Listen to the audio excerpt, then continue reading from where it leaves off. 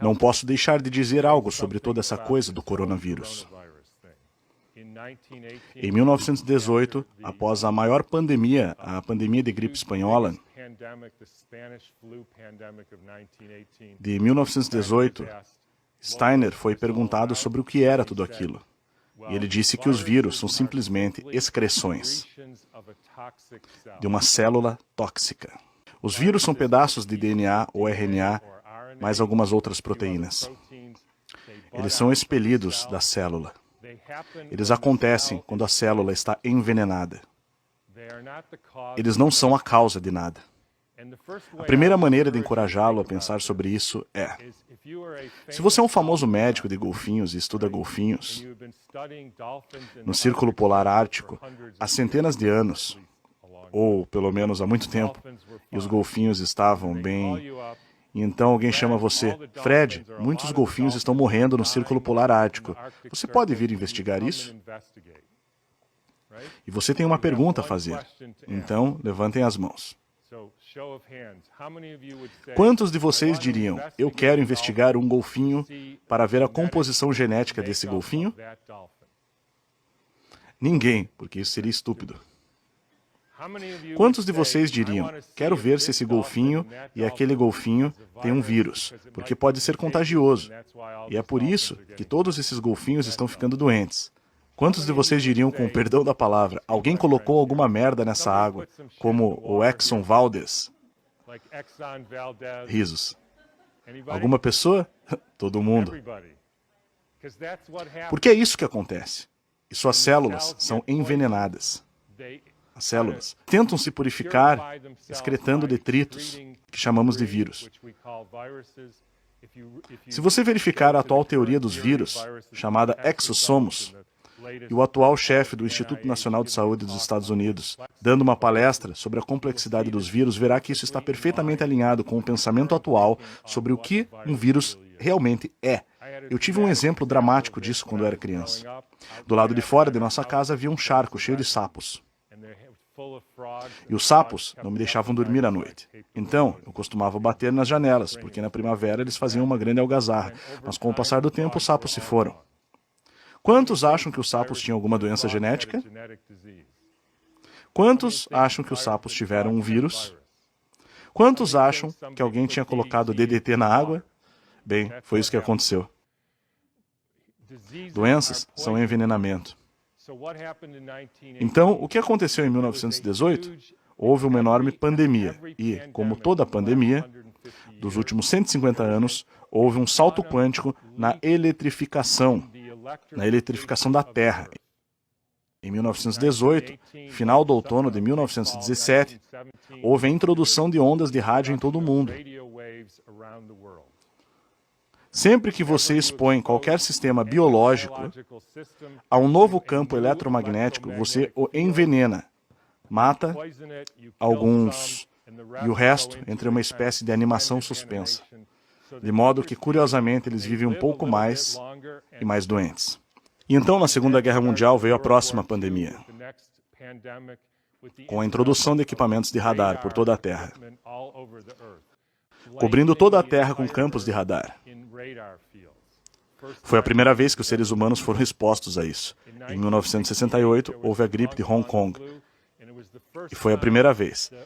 A Terra tem uma camada protetora, o cinturão de Van Allen. Esse cinturão integra essencialmente os campos cósmicos do Sol, da Terra, da Lua, Júpiter, etc. E distribui tudo isso aos seres vivos na Terra. E nós colocamos satélites que estavam emitindo frequências radioativas para dentro do cinturão de Van Allen. E em 6 meses tivemos uma nova pandemia viral. Por que viral? Como os indivíduos são envenenados, eles excretam toxinas que se parecem com vírus, e as pessoas acham que é uma epidemia da gripe. Na epidemia de 1918, o Departamento de Saúde de Boston decidiu a contagiosidade daquilo, e acreditem ou não, tomaram centenas de pessoas com a gripe, sugaram o muco do nariz delas e injetaram em pessoas saudáveis que não estavam com a gripe. E nunca conseguiram deixar a outra pessoa doente. fizeram isso repetidamente e não foram capazes de demonstrar o contágio.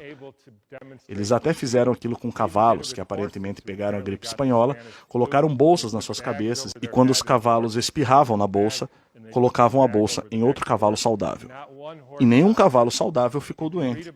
Você pode ler isso em um livro chamado The Invisible Rainbow, ou Arco-Íris Invisível, que narra todas as etapas de eletrificação da Terra. E como dentro de 6 meses havia uma nova pandemia de gripe em todo o mundo.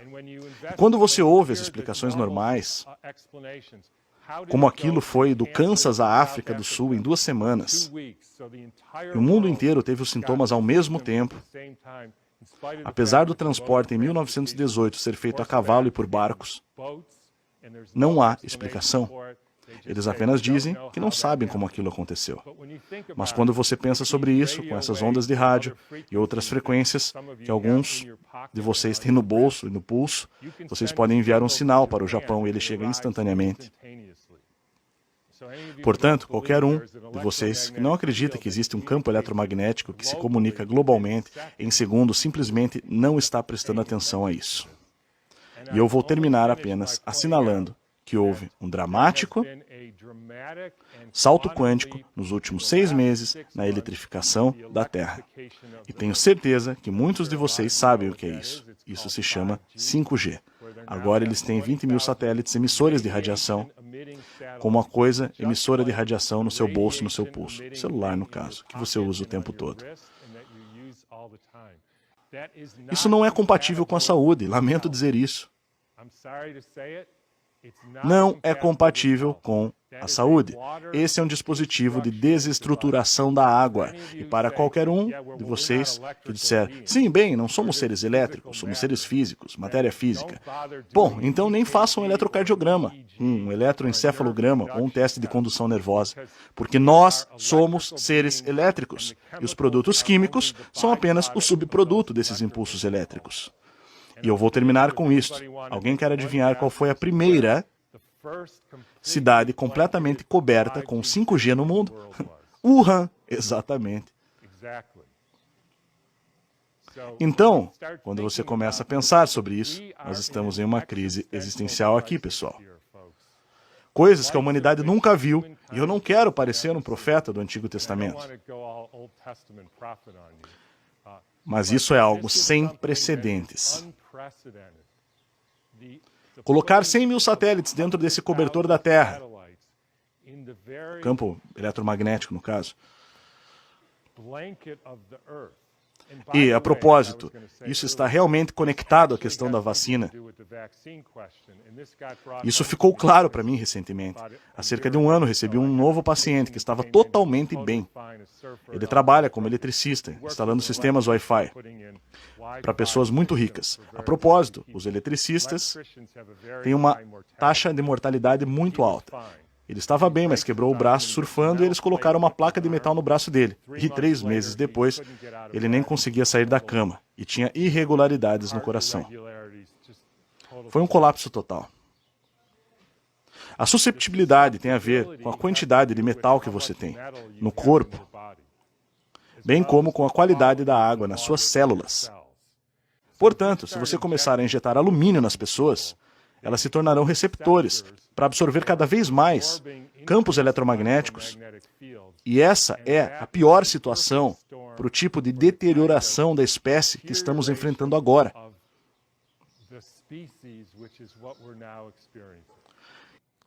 E vou terminar com mais uma coisa, que é uma citação de Rudolf Steiner. E, a propósito, isso foi por volta de 1917. Então foi numa época diferente. No tempo em que não havia correntes elétricas, quando o ar não estava cheio de influências elétricas, estamos falando de 1917, era mais fácil ser humano. Por essa razão, para ser absolutamente humano hoje, é necessário gastar capacidades espirituais muito mais fortes do que era necessário há um século. Então, eu deixo vocês dizendo para fazerem o mesmo, para aumentar suas capacidades espirituais, porque é realmente muito difícil ser um humano hoje em dia. Obrigado pela atenção.